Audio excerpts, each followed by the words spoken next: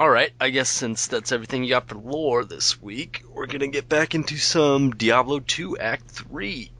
Anybody wanna talk about anything specific this week? I always thought I Natalia want was to talk pretty about the cool. Mephisto fight Alright, go for it. because in terms of boss fights that we've got in Diablo 2, and Dariel is has some very irritating mechanics involved with her poison.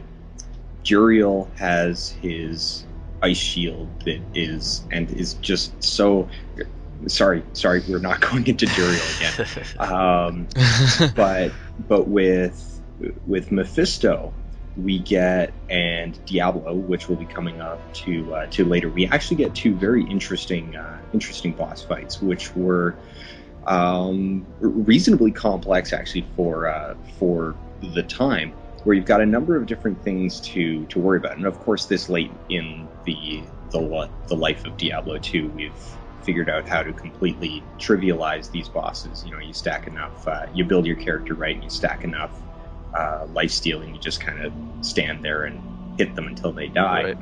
But we've got, he's got a number of different things to worry about. Not only the environmental things, so there's a lot of extra monsters that you can pull, and a lot of irritating monsters that you can pull. There's a lot of vampires that are hanging out of the wings, and they're dark, and they're in the corners, and you're not necessarily going to see them until it's like, oh crap, meteors everywhere. That was always fun. But he's got his electroshock and This little poison thing. He's got his little And poison he's got, thing. like, He's a got an Nova. electroshock and the Nova. So this is, but it's less kitey than a lot of the other fights. The sort of neat thing about it, I think, in Diablo terms, is that it actually is a fight where you can afford to go toe to toe with the boss for more than a couple seconds. Right. So the interest in the fight is kind of like, okay, how long can I afford to stay in here? Is he going to be using one of his big hitters? Do I need to get? Should I?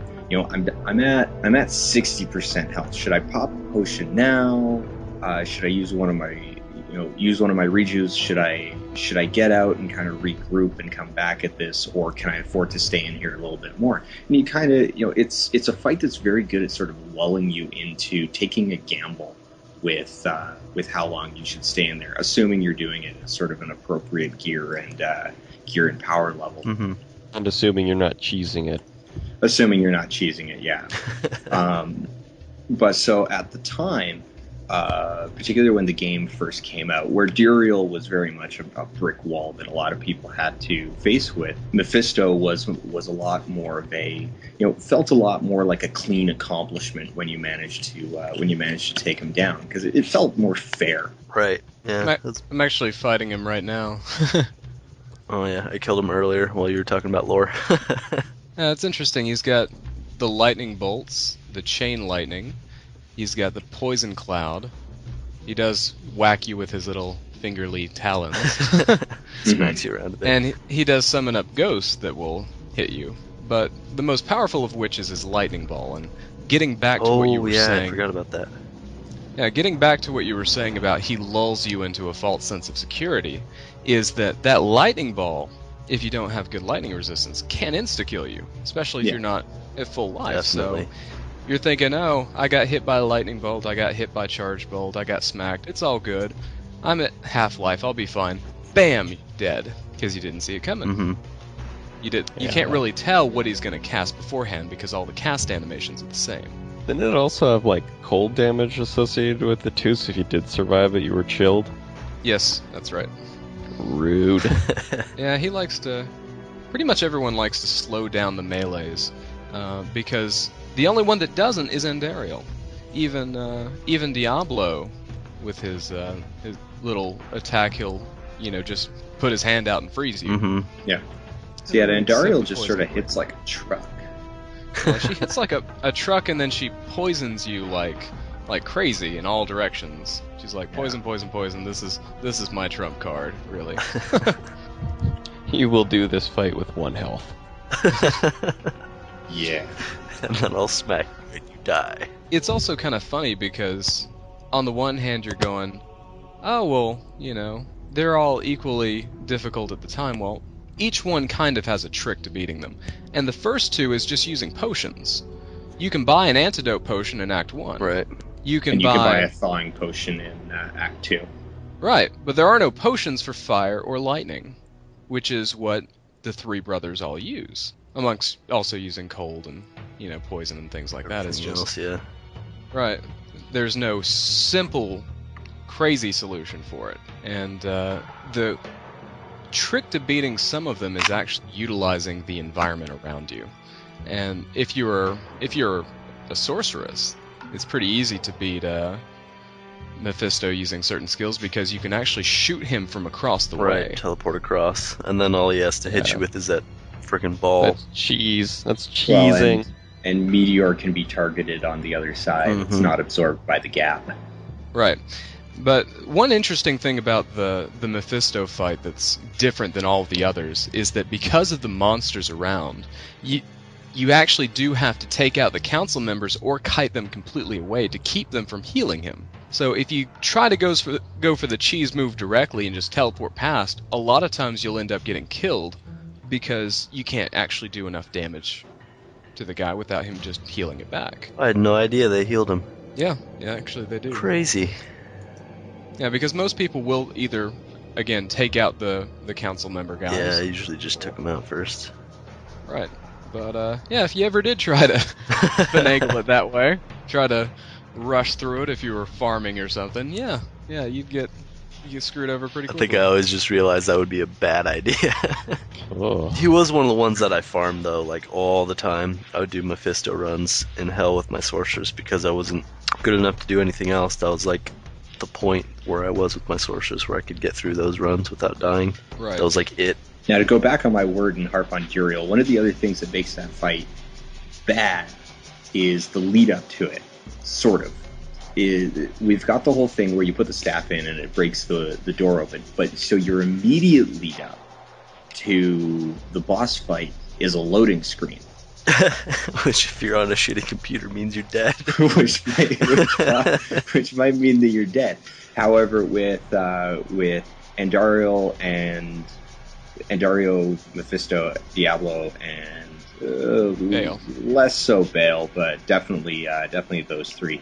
You're actually working your way through through contiguous levels, and you have to clear out kind of an area around them. You're progressing through a couple of rooms up to them, Right. and so with that, you are working within the environment that you are eventually going to be fighting in them, depending on what you want to define the arena as. And I know back when I first got the game, and I was when these were like really freaking hard bosses, you'd end up using the entire area. It was a lot of run and gun. It was get a couple hits in and then back up, Mhm. and you could seriously end up working yourself into a corner if it's like, oh crap, I used my town portal wrong, and now Andariel is sitting like 3 steps away from the stairs down, and Brings back how am such I fond supposed to do memories. this? And this kind of harkens back. Nowadays it does seem kind of quaint, not exactly like the best game design, but it goes back to sort of where RPGs were at the time, particularly Dungeons and Dragons, which was still in second edition at the time, and there was a lot more of this mentality of, bosses that name brand bosses should kick your ass. Yeah. And it's like, it should not be a fair fight. Like going back to the mentality at the time, the idea, the modern sensibilities of, oh well, it'll be balanced around 5 people doing about 700 damage per second, and we want the fight to last about 5 minutes. Don't get me wrong, I enjoy that and I talk about it a lot. But going back in time, I was like, well, no, it's Diablo. Diablo should just mess your face up. That's what Diablo does. He is the messer of faces. And he did. We named the game after him. He's gonna kick your ass. And so you did kind of get that. It was the environments weren't even necessarily planned out around, okay, well then they'll use this section to do this and they'll avoid it over here. It's, hey, let's draft up a cool area and give them a bunch of abilities, and yeah, they'll figure it out. and have fun. and Give 'em they'll some have sharp fun with it. objects. Yeah. And so maybe I guess the end point of this is, do you guys feel that that's something that they should attempt to recapture in Diablo 3, or is that sort of a product of its time that nostalgia is good, but good riddance in the same breath? Well, I would say that the core premise of having a boss that's difficult, that should be kept. The way in which you do it, however, needs to be changed. It can change with the times because we have more interesting ways to accomplish the same goals. Right? Now, a throwback to how they're doing the game design now are things, pretty much just like what we're talking about. How did they make a game like Diablo 2 difficult when you could spam healing potions? Well, that's easy. We'll make it to where they can pretty much insta-kill you in some cases. We'll make it to where the right combination of things will insta-kill you in some cases. And so they add in these mechanics that aren't really clever design policies. They're not particularly difficult, they're just frustrating. Mm-hmm. I just got insta-killed by this. It wasn't because I lacked the skill to do it. It's not because I forgot to hit a potion. It's because I literally died instantly. That reminds me of a text message I got earlier this week, and I'm just going to pull it up. It says, fanaticism, extra strong, cursed, with 3 other adjacent uniques. Right. Owned. Also, lightning enchanted, conviction, fire enchanted. Well, we also got those type of mechanics not just from bosses, but from normal mobs too. I mean, go into the Chaos Sanctuary as a whirlwind barb, you get Iron Maiden on you, you're dead. In the middle of a whirlwind, you're dead. And right. You can't do anything to prevent it unless you don't want to kill things with whirlwind or an axe at all. Just kind of stand there and run around. But I know it's like they're just mechanics that aren't very fun. It sucks when you die in the middle of a whirlwind and you weren't anticipating it, so you have to run all the way back or just leave the game entirely to go get your body. So I don't know, the things I've been thinking about mostly is they're not trying to recreate Diablo 2.